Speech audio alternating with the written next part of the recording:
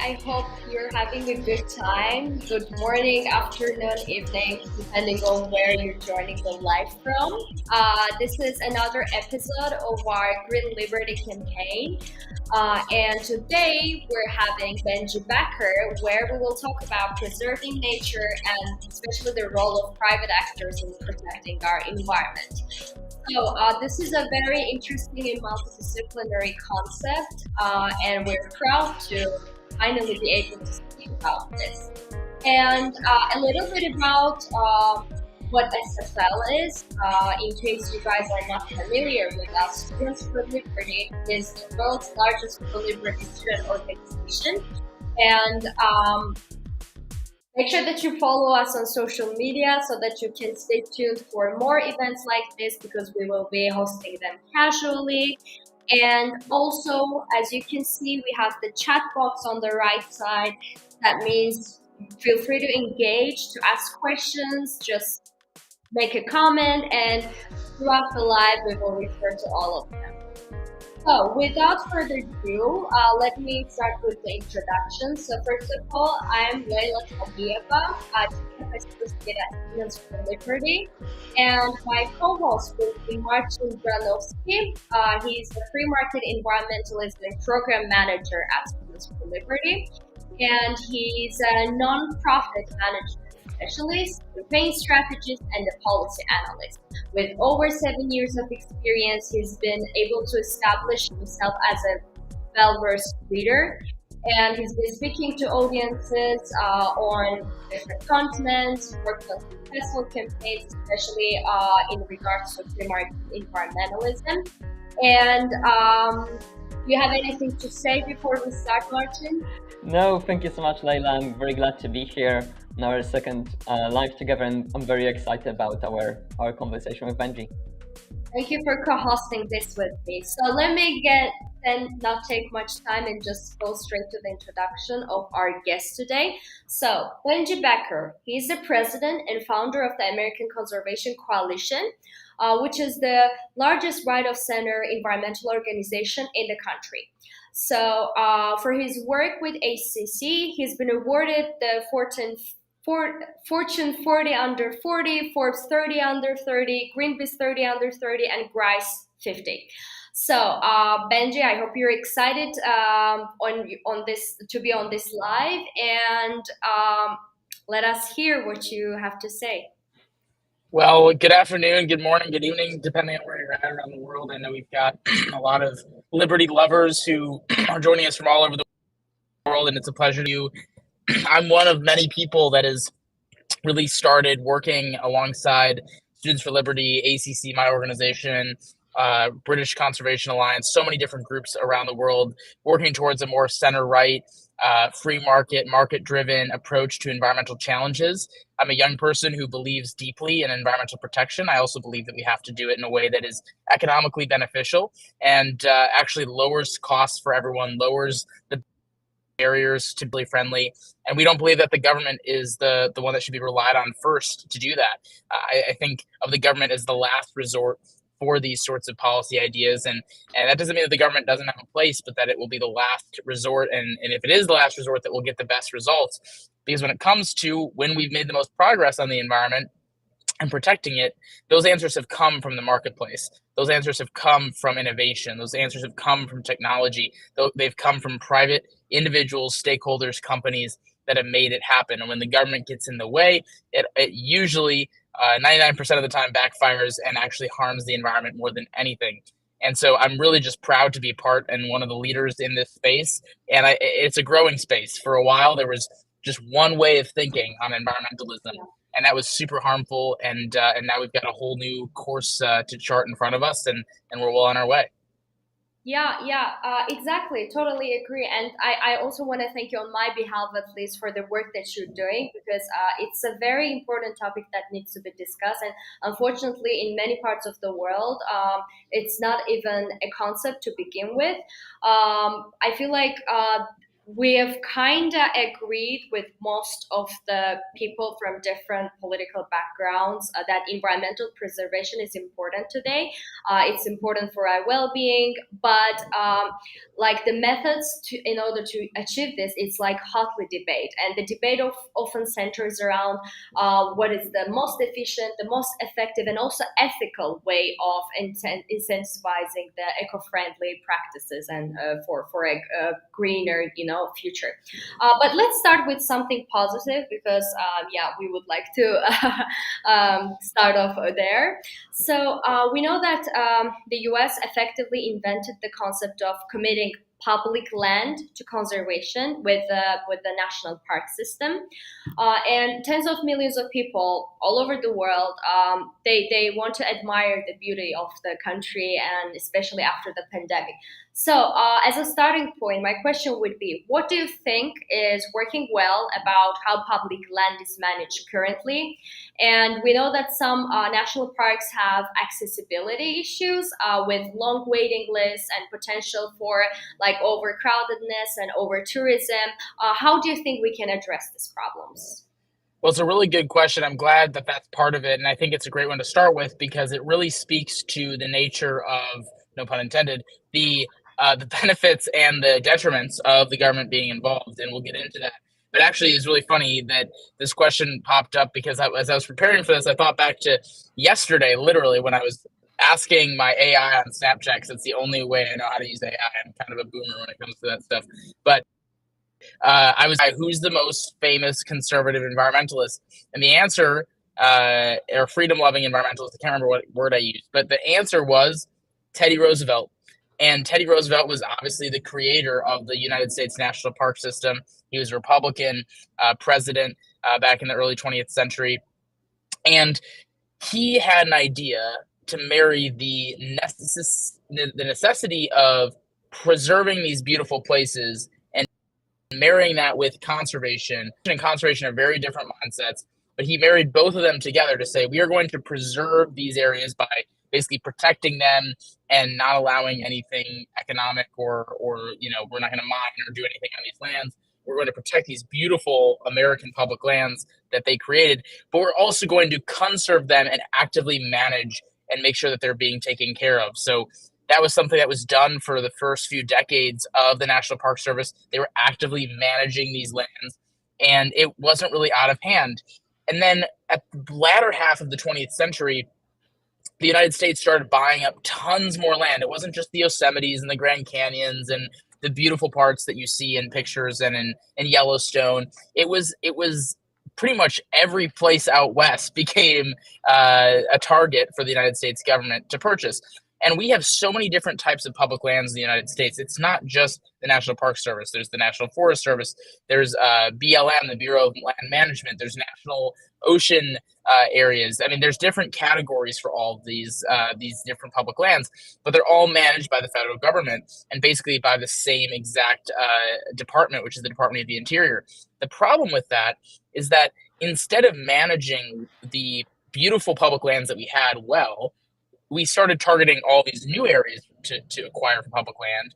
And now we've basically been unable to manage them at all. Until recently, there was a huge deficit in funding for national parks to even have the ability to upgrade roads, bridges, tourist visitor centers, that sort of thing, trails, all that was basically in debt because they weren't able to afford it because the government wasn't allocating funding to it. And that's the National Park Service. That's not talking about the other parts of public lands that the government really put a hindrance on. So the positive is that we have Yosemite, Grand Canyon, all these beautiful places that are protected. You can't drill or mine or destroy these areas. You can't build, mega cities and really, you're protecting the flora, the fauna, and everything in between. The negative is that they haven't been managed well. And so then that brings us to why we're even having this conversation in the first place, which is how can that better be balanced? And how can we have these beautiful areas, keep them beautiful, allow people to recreate on them, allow wildlife to thrive, allow them to continue serving us as the natural ecosystem that we need, but also not being neglected by the federal government that tried to protect them in the first place. And that's where the backwards mindset of more government intervention doesn't always work. because, as we all know, governments move slowly, especially in a democracy or a republic like we have here in the United States. And if we're trying to get funding or allocation or approvals for fixing our national forests or national parks, it can take decades to even get that done when something needed to be done yesterday. So we have to have a better balance there, and we've become so immune in the United States to the federal government buying up land and not really questioning it because it sounds really nice, when in reality there might be other ways to do it that are more balanced and still have the government involved, but aren't just solely relying on that as like a panacea. Great, thank you, Benji. I really like how you acknowledge a lot of the situations that the public land is battling with. I think it's very interesting how it's overlooked that like 86% of Nevada is owned by the federal government, and Right. they have very little oversight over what is happening there as a Most people have state. no idea that it's that much. Yep. Yeah, because they when we think about public land here, we think exactly like, oh, Yosemite, the shoehorn and so on, and we don't tend to think, oh, about like 99% of the federal land that is not set for conservation.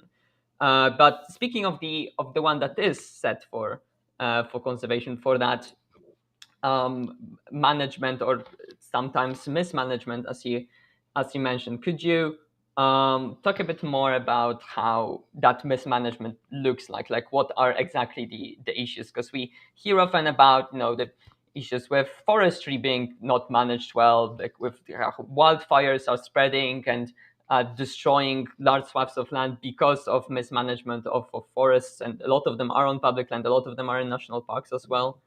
And where do you see that deficiency on the side of the federal government? Besides, I mean, funding is a part of that, but Right. what kind of repercussions do we see, and what actions are not being taken, are taken correctly? Yeah, well, because there's not funding, and that's where the problems really lie from, and the timeline of approval for fixing these problems is so severe, then you have mismanagement. And what that mismanagement looks like, it comes in many different forms, but I think forest fires are the perfect example of that. You have the United States has emitted almost 5% of its annual emissions come from forest fires, and our forest fires are of carbon emissions. 5% of them come from these forest fires out west. Those forest fires are only heralding from a couple of states. So a small percentage of the country is contributing that big of a chunk of our carbon emissions just from forest fires. And those forest fires didn't used to be so bad. But because we have so much land that has become overgrown, and really we've replanted trees too close together because of when we cut down so many trees out west, we decided that we were going to plant so many of them to try to fix that, but we planted them too close together. We have all these reasons that forest fires are getting worse. And we could talk for hours about that, but they're getting worse. And instead of managing our forests to make sure that those issues go away, or that they are at least diminished, that the forest fires, if they do spark, don't happen as horribly as they have, we are not even able to approve the management of them because they are so hands off in the approach. The government is so hands off that you're not allowed to touch the forest. You're not allowed to clear out the brush. You're not allowed to cut down trees that might be dead that could spark in a flame. You're not allowed to do those things because the federal government owns it. But at the same time, a decent chunk of the forest fires also are starting on private lands. And so the reality that we have to grapple with is that because of climate change, forest fires will increase. Because of mismanagement of forests, forest fires will increase. We are going to have increased forest fires. So then the answer is not whether or not that's a problem, and whether or not it's just climate change or just mismanagement. It's how can we prevent the worsening effects of them? A private landowner can act on that right away. If we give them the ideas of how they can lessen the impact of a forest going forward, they could probably do it tomorrow or next week. When we ask the government to do it, that could be a half a decade or a decade from now, when millions of acres have continued to burn during that time. And national parks and the United States Forest Service have been so neglected in terms of forest management and take such a long time to fix these things that it really causes damage. And there's been more acres burned in the United States over the past decade than decades prior combined. We have a really big problem with that. And that's just one part of mismanaging public lands that totally goes unnoticed. And it's a really big problem. Yeah. I think again you make some very strong points, and I think we certainly can talk for 40 minutes about forest management. I'm sure that our friends from Perk would appreciate that. But moving on to a bit, just so that we can talk about a few things. But to stick to some extent with that, how do you see? So you mentioned the role of the private landowners and that they have a quicker turnaround, basically, that they Yep. don't have to submit to a lot of these requirements. And on the other hand, how can we have the private actors play a role in conservation? Because that seems like um, something we would want, of course. But for a long time, the only way that we looked at private actors in terms of land management is how they can use the resources that are Mm. available there, how we can cut down the most trees and get the most timber out of that rather than use it for conservation. So how do you see the role of private actors in that, in terms of the incentives that need to be in place, or like how can we make proper management something that is beneficial for them, something that is going to contribute to conservation but also make this a viable way of living for them? That's a really good question, and really what it comes down to is having them understand the incentives of keeping their land healthy. And a lot of farmers, ranchers, foresters, that's inherent in their mindset, because they know that, yeah, you can tear down your entire forest in one summer, but then what happens when you're trying to have timberland for future summers? You're not going to be able to do that. So you want to be, same with farmers, you want to be able to have crops every year, not just the one year, and to overdo it. So that mindset of keeping your property healthy is inherently part of most private landowners' mindsets today. It's something that they didn't have back in the 18th, 19th centuries, because the information wasn't just there, or wasn't there. I mean, if you think about, if you were a rancher in the early 1900s or 1800s, I mean, the opportunities were endless. We didn't even know where the widest parts of our world were. We didn't know where the geography stopped and where it started. Like, we didn't have the knowledge that we do now, and so it seemed endless for people, and it felt like they could just take, and nothing would end up negatively impacting anyone. Now we know that that's not the case, and farmers, ranchers, foresters are oftentimes the best conservationists, because they know that we can't just take. You have to give and take if you're going to have success on your property going forward. So they already have that mindset. I think what's missing is that a lot of my experience traveling around the country and meeting with farmers and ranchers, they don't quite understand how to best take care of their property, because they don't have the resources or the education around it. They just know from generations of knowledge, or maybe even this is a first generation farm or forest. Either it's whether it's a first generation or fifth generation, they just know it from experience. And I think what we could do really, the government shouldn't be putting regulations and mandates on these people, but instead providing resources and working with local nonprofits and working with local governments to really help foster a resource rich community of landowners, so that they know how to best take care of their property, so they best know how to prevent wildfires, to keep crop yields high, because again, they already have an intrinsic incentive to protect it. The government doesn't really have as much of an incentive. They're not making money like a farmer is on a day-to-day basis. The farmer relies on their five and for their family to survive. The government does not rely on the U.S. Forest Service to survive. So there is an inherent incentive, and I think it's just, how do we benefit? How do we work to create those incentives to be more beneficial for the landowners, so that they know what they need to do to take care of their land? Yeah, it's all about incentives in the end, right? It's all about finding that ways that makes them change and makes them able to do so as well, because it has to be, they have to have the knowledge, they have to have the resources, as you're saying. And how do you see that fitting into um, the question of wider, like, preservation, but also in terms of the people that live there? So, for example, the indigenous communities, people who have been probably more negatively impacted by our land use practices, and how they can also play a role aside from farmers in this. Yeah, the indigenous communities are super important in our fight against environmental problems because they actually have the best track record out of anybody in the world, really, when it comes to environmental protection. And the reason is because they've been so hands-on in the way that they manage their environment. They have this human spiritual connection with nature that runs incredibly deep. They're taking notice of the health of their environment every single day. How does this weather impact this tree? How does our taking of the resources impact the entire area that we're taking from? Like, they're tracking that because they have such a connection to nature that is so deep. And we just kind of, as a non-indigenous person, we have a track record of just kind of taking without thinking about it. And the indigenous communities have been so thought, and that's why you look at where tribes are in the United States, and they're in some of the most pristine, well taken care of environmental areas of the country. I toured a tribe in the Pacific Northwest on the Olympic coast of Washington State, and they have some of the healthiest rivers, forests of anywhere in the whole Pacific Northwest. And the reason is because they have centuries of experience taking care of that land and actively, communicating with it and actively managing it. And what's really unique about it is that not only do they have that experience, but now they are talking openly about how the more economically successful their tribe is, the more environmentally protected their tribe is, because they have the resources to put more into the habits that they know and love. And you look at this tribe that I went to, it's one of the most economically successful tribes in the region.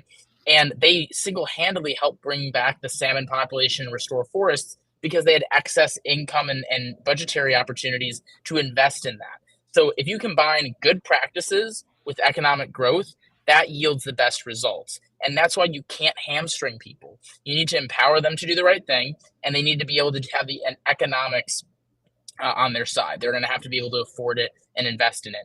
And without those two things, you will never protect the environment. I think the tribes are a perfect example, especially economically successful tribes, which are starting to become more and more common, where that is the bread and butter successful opportunity ahead. I thank you. I appreciate that, because I think you show really nicely that there's these two components in terms of resources, knowledge, but also motivation. So whether it is your religion or worldview or livelihoods in them for the farmers, and then one more that I wanted to run by you is conservation for the sake of conservation. So, for example, with land trusts, where they set a piece of land that they have an ownership over, make sure that it's maintained, make sure that people have access to it, depending on what kind of a trust it is.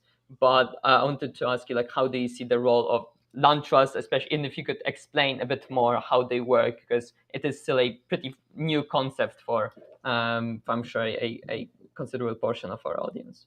Yeah, well, it's a great question. Land trusts are a really interesting topic, and really what land trusts come down to are it's a private company or NGO, non-government organization, that owns land. It could just be one small plot of land. It could be a huge swath of land, and they take care of it under the assumption that they are going to protect it. And so it's not owned by the government, it's owned by a private actor that is doing it to actually protect the space. So it's very different than, you or I buying up land so that we can extract resources from it for some sort of end economic goal. It is us buying up land for the sole purpose of protecting it, conserving it, and maybe even rehabbing it.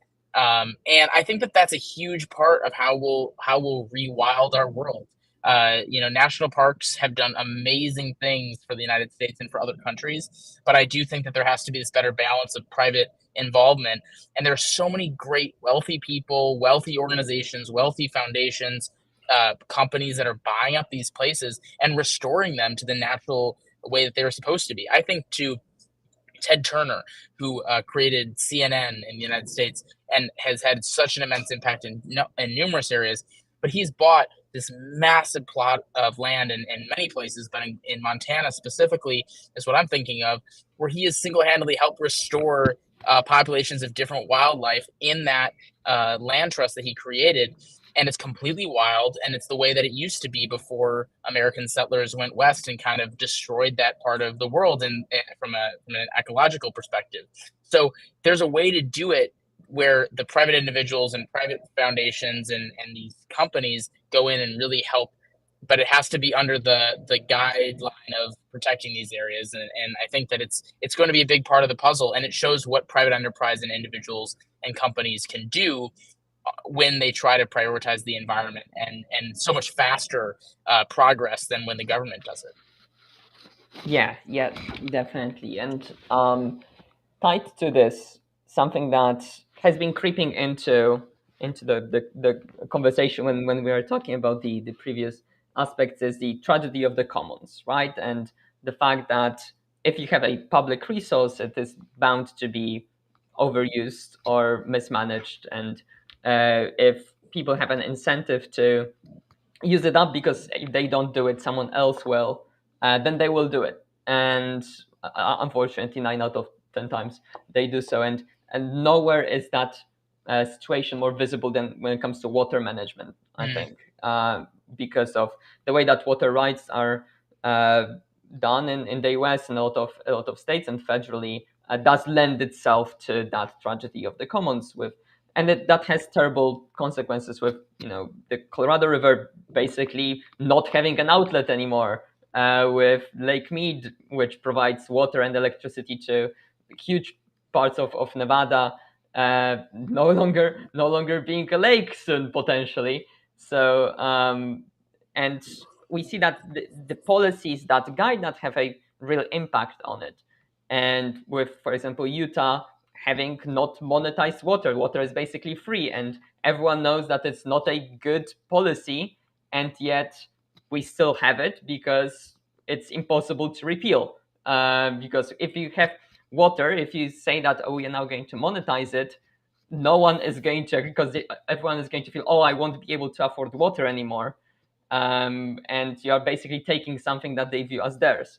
But the current situation is unsustainable. So how do you see the role of like policymaking? How can we change these policies? Which direction can we change them? Of course, we won't solve the water crisis here in 5 minutes, but where do you see a promise of using some market means to address that? Well, as someone who now lives in Arizona, I'm a huge problem. It's definitely staring right at us in the face.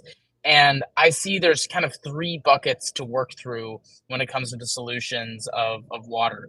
So as people probably know, whether you're from Africa or North America, the scarcity of water is a really big deal for a lot of places. And it's becoming a bigger deal for a lot of places than it was before.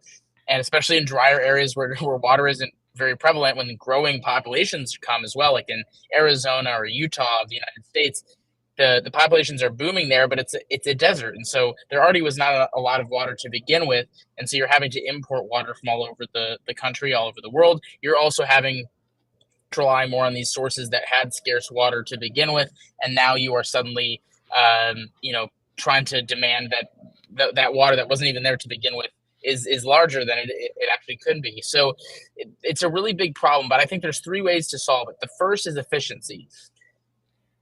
We already have a lot of technology that can help us use less water at the wrong times. I was just talking to one of my friends who's the meteorologist at ABC News, and she was out in Utah, and she was talking about how in the summers there, in the middle of the day, it's 105 degrees, they're spraying water on all their crops during the middle of the day, and they lose about 80% of the water just from it drying. And if they did it at night, that wouldn't happen. And so there's efficiency that we can use to say, okay, farmer X on X plot of land, maybe instead of watering your crops during the heat of the hot day, water it during the nighttime. So there's efficiency techniques that we can have with current technology. The second is future technology. We have a technology gap when it comes to tons of environmental issues, including water, whether that's desalination, which is something that could be a really important part, whether that's shipping water in a more efficient way, capturing water in a more efficient way. we cannot solve the water challenges without better technology. And that's where the next generation of entrepreneurs and capitalists and freedom fighters can actually be a huge part in the solution. And then the third part is the market side. The government could and has the opportunity to make smart markets when it comes to water conservation. The problem in the United States, of course, is that we have many different states, and if they all have different water markets and that are trying to compete with each other, then that becomes a problem. And so there has to be some sort of way that we're thinking about not a nationalized structure of water markets, but how can we balance each state's needs with each other, similar to how other countries are going to need to balance their needs. But what markets can we create to make water the commodity that it really truly is, and allow states to have an economic benefit from being able to be smart water users and so on and so forth. So between upgrading our efficiency, new technology that we absolutely need, and creating better markets that work and aren't just always competing against one another or hard to implement, I think that we could get to the bottom of this. But at the end of the day, there are going to be parts of this world, if we aren't more efficient, we don't create good technology, and we don't have solid water markets, where we're going to see people move, and there will be displacement of people, and people will be hurt by it. And that's why we need to focus on water as a big solution, not just climate change, not just all these other issues that we hear about environmentally, plastic pollution, etc. We don't hear about water a lot, and that's really what we all rely on to survive, even more so than energy. We need reliable energy. Well, we also need a reliable water supply, and we need to be able to focus on that from our policymakers. But right now, I'm not hearing a lot about that, and those efficiencies, the technologies, the markets can't come if we're not having that conversation. I'm glad that we're speaking about this, and I can relate to this on a very personal level, because I actually used to work in a water company, and the issue is way too common for many of the countries in the world right now, that kind of even the government side now realizes the importance of actually involving private actors, so that there's something like an incentive for the people to start actually taking this matter seriously, because the future is not, unfortunately, very positive in terms of the water crisis that we have right now. And I would also like to remind people, because I see that everyone mentions that they're here, they're present. So you guys can always ask your questions, because towards the end of the session, we will kind of echo all your questions, and Benji will answer them. So feel free to just write up in the chat if you have anything on your mind, and Martin, you can continue. Yeah. If you don't do that, we'll have to keep rambling about permitting. So that's up to you. I can ramble for a while about permitting, so that works. That's wonderful. I'm really looking forward to that. So don't. Yeah, I would like to cancel what Leila just said. Please don't have any questions. No, no, we love your questions, but yeah, excited to talk permitting too. Absolutely. So I really like that you mentioned that the technology, the efficiency strategies, all of that is here. There is still a lot that we can innovate on, but a lot of the ways that we can be better about managing water and introduce stuff to address that already exists. And I wanted to ask you if you have an idea why it is not being used, because it doesn't take a lot of mental capacity to understand that if you are going to spray water in the middle of the day in a desert, that's probably going to lead to that water evaporating. Why is it? Because the incentives are in such a way that it's just easier to if the water is free, I don't need to care about this? Or is it something different that's then? I think it really comes down to the fact that for most people in the United States, at least, we are really privileged when it comes to our resources, at least for now, right? As we're using them. And as I understand it, a lot of the efficiency comes down to cost. If it's going to cost the same to have the water be sprayed throughout the middle of the day as it would at night, and you're not thinking about environmental issues day in and day out, you probably don't care when it's sprayed because it's costing the same. And so I think what we have to do is create efficiency to show people, create markets based on that efficiency of look, we're not raising your prices on anything. We're just trying to show you that during certain parts of the day, it's not efficient at all to water your crops, and there's just we have to be able to share those like economic incentives with people for them to understand them, because if again, not everyone's thinking like I am or maybe you are about how our day to day is impacting the environment every day. We're worried about how to put food on the table. People are worried about how to just survive each day. Thinking about the environment isn't on the top of every single person's mind. So we must create that incentive for people to understand that. And that, like, the efficiency is a perfect way to do that. It's creating a marketplace based on efficiency. If it is incredibly difficult to water your crops in the middle of the day without losing a ton of water, it should be maybe a little more expensive then. And at night, when it retains way more water and it allows the crops to grow faster, then it should be cheaper. Like, we have to create these markets for the world to really understand that using certain energy sources or water or certain things at a certain part of the day is going to be cheaper based on like the actual supply that we have. If it's a supply and demand thing, the supply of water is not going to be endless during a 105-degree day at 2 p.m. So it shouldn't cost the same as it does at 2 a.m. when it's dark and maybe 75 degrees. So I think we have to create that for people to care, because we can't just show up to their doors and say, hey, don't water your lawn at this time of day because it's going to be inefficient. People aren't going to care deeply enough until it impacts their pocketbooks, and we can't do it in a negative way. We can't impact their pocketbooks and raise prices. So we might as well show them how to save money, and we have to be able to create markets that help people save money when they're being efficient.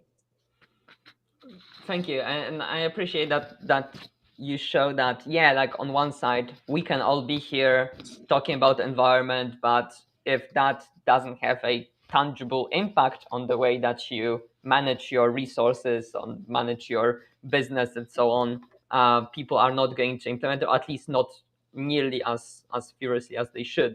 So in terms of the water markets, as we talked a bit earlier, it is a very difficult thing to sell as a policy. And how do you see that with the current way that the states are battling against each other, how the federal government is trying to address that but hasn't had much success yet? They have used litigation, but that still is sort of going through the courts and so on. How do you see the way that we can actually have a policy on paper? How can we implement that? How can we sell it to legislators and sell it to the people so that they can support that and not, go against any of these at the next town hall meeting? Yeah, I honestly think it's relocalizing the issue, because a solution that works for Arizona in the United States is going to work very differently than someplace in the Pacific Northwest of the United States, and very different than someplace halfway across the world. Environmental issues are incredibly local in the way that they impact their areas, and solutions are going to be different. And so I think, in my opinion, environmentalism needs to have a complete reset from top down to bottom up. And that doesn't mean that you're not going to get to that top level of the federal government or the United Nations or something at some point with certain decisions that you want different countries or the country to make a decision on. But on an issue like water, each state has a different problem there. Like, Utah's efficiency might be really bad on watering crops. Maybe Arizona's isn't. And so it doesn't make sense for a place like Seattle, where I lived for 6 years, that has endless water. They don't even know what to do with it all, and there's no way to ship it to places that need it more. There's no way to tell them that they have to abide by these different efficiency concerns as much as someone in Arizona. So I think we need to have more local decisions made, and we're not putting any pressure on our local politicians to do this. We're not putting any pressure on our state politicians to do this. And if you're in another country, I think it's the same thing. Local and more regional politicians can do a lot more on this issue than maybe the national government can, especially in bigger countries. So I think that that's really where it comes down to. But then, especially on the efficiency side and maybe the markets, creating a marketplace on the technology side, that's going to take not the government. Maybe the government can provide incentives or some sort of research and development. But in terms of like mandating that, you're not going to make mandate your way to the need to solve the water crisis. It's going to come from entrepreneurs, and it's going to come from innovators, and it's going to come from figuring out how to be better stewards of our water while lowering the cost of doing that. And I think like a desalination, which is something that people hear a lot about, how do we take salt water and turn it into fresh water? If you could make that cost effective, that would solve a lot of these problems. The problem is that it's not cost effective. How do you make it cost effective? Well, maybe it's not possible, but the only way to make it possible is through technology. And that technology is going to come from the private sector. So I guess that's a long way of saying I think you got to start at the local level, you have to start at the regional level, and you have to start at the entrepreneurial level. And then when the federal government, the national government is needed, then bring them in. But a lot of times they're not going to make the right decisions because they're just going to put a blanket on everyone else. Yeah, I really appreciate you talking about this in that way, because we know that the solutions have to be rooted in the issues that are there, right? And the issues have their local characteristics, they have their local impacts that work differently in different places. And so the way that you structure the incentives, the way that you structure the solutions, and the technologies that you are using are going to be different depending on, for example, if the farming, what you are farming, what you are actually using that water on, how you are, where that water is coming from, etc., etc. And that is very important. But on the other side, something I wanted to ask, and that transitions us nicely into that permitting aspect as well. But looking more at the big picture, we've seen that when you try to make changes, especially with the environment, especially with new things, it's much harder to do them on the local level. You have NIMBYs that are going to come to the next meeting, that are going to go after their local legislators, will go to their homes and will picket it until they drop that approach. And that has been the case in a lot of states that have tried changing things, the way that they, for example, manage housing, the way that they do zoning, the way that the permitting, etc., etc. And how can we balance on one side, that local bottom-up solution-based approach with potential hurdles that are created because of localizing our decision making? Well, honestly, I think that that goes to the bigger question, which is how have we dug ourselves into such a hole on environmental issues where people have misunderstood the realities behind them, and that's where the NIMBYism comes from. And I don't know our way out other than education and awareness, because when you think about opposing a solar project in the United States, most people don't oppose it because of political reasons. They oppose it because they don't like the way it looks, covering a big swath of their land. Even people who are liberal or Democrat. Same with wind turbines, or same with mining for materials. We have to be realistic in having people know that just because they don't see something in their backyard doesn't mean it's not happening somewhere else. And I think for those folks who are joining us from all over the world, which I really appreciate you all being here, you know that because a lot of the times we force the projects to be in your countries because we don't want to see them ourselves in our own backyards. And I think this out of sight, out of mind, just one of many mindsets that has negatively impacted our environmental conversations because people don't fully understand what's going on. People don't understand what it takes to create an electric vehicle. People don't understand what it takes to create a solar panel or a wind turbine. People understand that there's a negative impact to all of this, whether it's oil and gas or wind and solar or water rights or mining. It's all there's negative trade-offs to all of it. And if you're not willing to embrace those trade-offs, then you're going to get tons of protesters at every meeting trying to embrace a solar panel or a solar field in your community.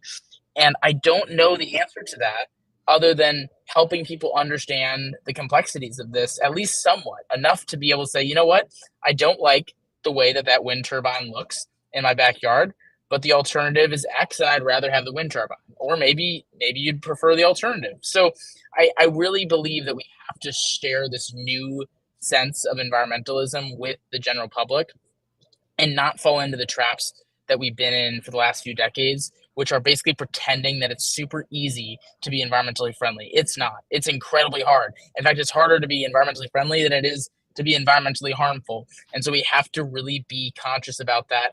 And that's where I think the free market and capitalism can come into play, because the only way to lower the barriers to be environmentally friendly is to create new technologies new innovations. The way to have solar panels take up less space, the way to have less mining for every electric vehicle battery, the way for NIMBYism truly to go away is to have better technology that makes people less adverse to having that solution in their backyards, or to help them realize that if they're not having it in their backyards, it's going to be somewhere else.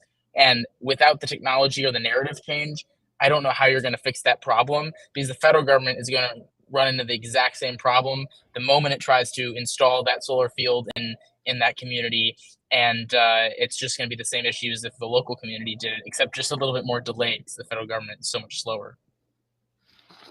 Yeah, thank you. I really like the idea of like the pluralist mindset of we need to deliberate, we need to get on the same page, we need to build some level of consensus, or at least convince people through convincing them rather than through forcing your will onto them. I appreciate that the approach. I'm wondering in that context, how do you see that um, clashing potentially against areas where the interests are so entrenched that they are not really based on, like, it's not that someone disagrees with you that this is the better way to do it environmentally, that this is the better way to do it, like everyone is going to benefit, but for example I'm benefiting from the status quo, and so I, how are you going to convince me basically if I am going to, like, in the long sorry in the short run especially, I'm going to lose out. Maybe in the long run I'm going to be better off, but I care about the short run more. So like for example, like we Right. see in Texas, with what is happening there with the permitting being weaponized even against Yeah. renewables. Well, I think actually it goes back to this sense, and this is something that Bill Gates talked a lot about in his book about how we have a technology gap when it comes to environmental solutions, because right now the solutions all seem like they're going to be better long term. I think to my dad, who installed rooftop solar on his house, and they told him it was going to be like 10 years until he made a financially beneficial return on it. And for a lot of people, they can't wait 10 years to save money. They have to save money now. And so they will take the cheaper option now, even if it might cost them more in the long run. And and that goes to your question about the more permitting side of things. So there's the technological side of things, which can drive down costs, right? Like if you can figure out a way to make solar panels more effective and more efficient, then of course those costs will go down and the return will come sooner. The other way is to allow the government, or is to force the government to get out of the way. You look at nuclear power plants in the United States; they take decades to become financially beneficial because it costs so much to get them started in the from the start. Solely because, or largely because, the government has put so many barriers on allowing those nuclear plants to get built. So it's a mixture of new technologies to drive down those costs, but also the government having all these barriers that cost lots of money, saying that you're going to have to apply for all these permits and you're going to have to apply for all these safety regulations and all these different things. And we have to pass all these tests. It's going to take all this time and all this money, and the government's going to benefit from it. You have to get that out of the way too. And the problem, as you're alluding to, is that whether it's technology or permitting, both sides politically weaponize the technological gap and the government gap for their own benefit. You have the same people saying in Texas that we shouldn't have solar and wind because the financial return isn't as quick and it's unreliable. The technology isn't there. As you have people in California saying the technology isn't there to decarbonize fossil fuels or for nuclear, therefore we should shut down nuclear and oil and gas. And in Texas, they're trying to shut down solar and wind for literally the exact same reasons. It's so backwards. And so I think sensible people should stand up and say, no, you know what? The technology isn't there for any of these things. That's why we have to invest in it. And the government's getting in the way of all these things. So we should get the government out of the way. And we'll figure it out over the course of the next few years and decades. And we'll probably be pretty impressed with how quickly we start to figure it out instead of bickering about these stupid political points that we're just trying to score against each other. Yeah, I appreciate that. I feel like I say that I appreciate what you're saying a lot, but I do appreciate what you're saying. I think it's important to think about that, and yeah, I think that you make a very very valuable point here, that it's, if we no longer allow for the government to pick the winners and losers, then it's the market who is going to pick them, and then that bickering of, no, I think that this is not going to be the most efficient way. No, I don't think this is going to be the most efficient way. And legislating around that is not going to be there because you won't be able to do it anymore. So the market is then able to handle that. And but at the end, you mentioned that there is a room that there is this partisan bickering, but on the other side, we see that there is also a lot of opportunity in that, especially permitting reform, and that there is a lot of bipartisan push for that, or at least push for both sides towards that. And we see that being one of the focal points of the debt ceiling conversation. I'm sorry for alienating our non-American audience, but yeah, it's a whole mess. You'll enjoy it. But I wanted to ask you, like, do you see that opportunity still being there? Like, is there that policy window for us to get together on this, or is our government, both on the federal and on the state level, so polarized that even though that there is this clear overlap, we might have troubles to actually get anything done with it? Well, I actually think that we're going to find an answer on it. We've been convening bipartisan conversations with politicians for months now on trying to figure out answers to permitting reform, and basically permitting reform. For those of you who don't know, it's the government. The U.S. government has gotten in the way of so many environmental projects, whether that's pro solar and wind projects, nuclear.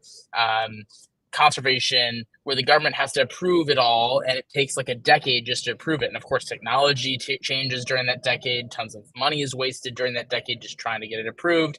It's just taking forever.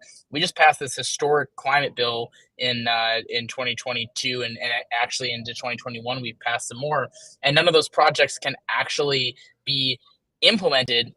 Taking so long to approve the projects, and if we're trying to reduce emissions, we're delaying that reduction significantly just because the government is holding it back. So we're trying to change that. The good news is that there's bipartisan interest. The bad news is that they haven't come to a conclusion yet in an agreement because they're distracted by this debt ceiling negotiation, by culture wars, by all sorts of things. So this keeps kind of falling further and further down the priority list. We're thinking that it's going to kind of get through to the finish because it's inherently bipartisan to care about getting these projects deployed in the United States. For Republicans, they want these projects to be deployed so that we can be more competitive globally, so that we can economically have more drivers in terms of energy and getting those projects and not having the government be in the way. Of course, that's more of a right of center approach traditionally, even though some right of center thinkers don't think that way anymore in America, unfortunately. But on the left of center side, they want it because they want clean energy faster. They want clean energy and climate change to be a priority. They don't want government getting in the way of that either, because they know that we have a timeline scientifically to try to meet some of these targets, and waiting isn't really an option. So I do think that there's a chance here. And honestly, it's going to take a little bit of push from the American public, I think, to show politicians that this is a priority for us, so that they prioritize it above the fray of the stupid stuff that we see on TV every day. Great. I'm very glad to see that there is still hope, and with all that, I am an optimist at heart. So, and I am all for bipartisanship. So I keep my fingers crossed that we do manage to get something done there. And I really appreciate all the work that ACC has been doing to push that as well. And to wrap us up, for the last question, I wanted to ask you to go a bit into what you already said, but to tie it to your work and your personal history. You talked a lot about the importance of talking with people, about getting there into the communities, getting them engaged, getting them on your side. And we have a lot of coordinators, a lot of people joining us from around the world right now, and they are either doing things already or considering doing things in their countries, in their communities. Some might want to start their own organizations and hopefully will be as successful as ACC. If you could give them some advice on how to get people on your side, and when it comes to environmentalism, when it comes to that solution-based approach, getting markets involved in all of that as well, and how they can make something bigger out of that, whether it's an organization, a program, and campaign, whatever that might be. Yeah, well, first, let me just say thank you for having me. I think there's so much here to talk about, and we don't have a monopoly on the good ideas here. We work with PERC, which has some great stuff on national parks and public lands. That's PERC. They put some really good kind of policy papers together. I work with ClearPath on permitting reform. We have so many great partners. We're just really grateful to be a part of that. And one of the reasons that it's worked so well, and this ties to your question, of our movement that's growing in the United States, is that we're filling so many voids. ACC fills kind of the public with this issue, so rallying voters around it, rallying communities, getting young people involved. PERC is more policy oriented. ClearPath's more lobbying and getting politicians involved. Every country, every part of the world needs different organizations to serve different voids, and honestly, I think my philosophy is always that we need to meet people where they're at. We need to understand their concerns. We need to understand why they're skeptical or why they're excited. And then we also need to build on that. So that doesn't mean meet someone where they're at and just stick with that. It's meeting them where they're at and trying to push them closer and closer to the mission that you want. If you understand truly where other people are coming from when you're trying to shift them towards a better, brighter vision, you can get so much further because you have their best interest in mind. You know where they're coming from. You can tailor your ideas to what they're thinking. And if you're in the that is unanimous across the world that you can do that. Every country, every region, every part of this, every city is different, and there's an opportunity though to understand each other, to forge new organizations, to fill those voids that are needed. In the United States, none of these organizations existed 6 years ago. Now these organizations, except for PERC, which has been around for decades, but now they and us and others are just such a powerhouse on the national level because we have filled those voids and worked together and met people where they're at and tried to push towards a brighter future. It sounds really cliche, but that's really where what works. And if you're filling a void and you understand, you're going to be able to really make any difference and grow to the scale that's needed for that community. And communities need support right now. They need representatives. They need voices. They need evangelists.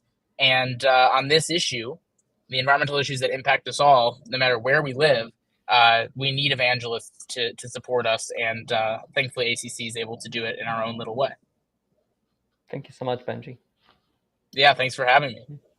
Thank you so much for such fruitful discussion. I'm sure everyone attending enjoyed how we just talked about everything. If we would have more time, we would definitely delve into it because everyone is so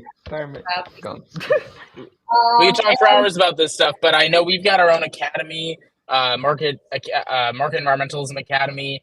It's marketacademy.eco if you want to look into that. Our website's acc.eco. So definitely tune in to everything we do if you're interested in learning more. Oh yeah, definitely. And Martin, I want to thank you.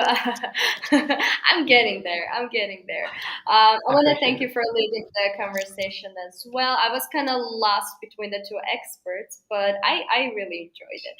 So, and to everyone who's been attending, I want to say that we are going to have more lives, especially on Instagram. So stay tuned for more information about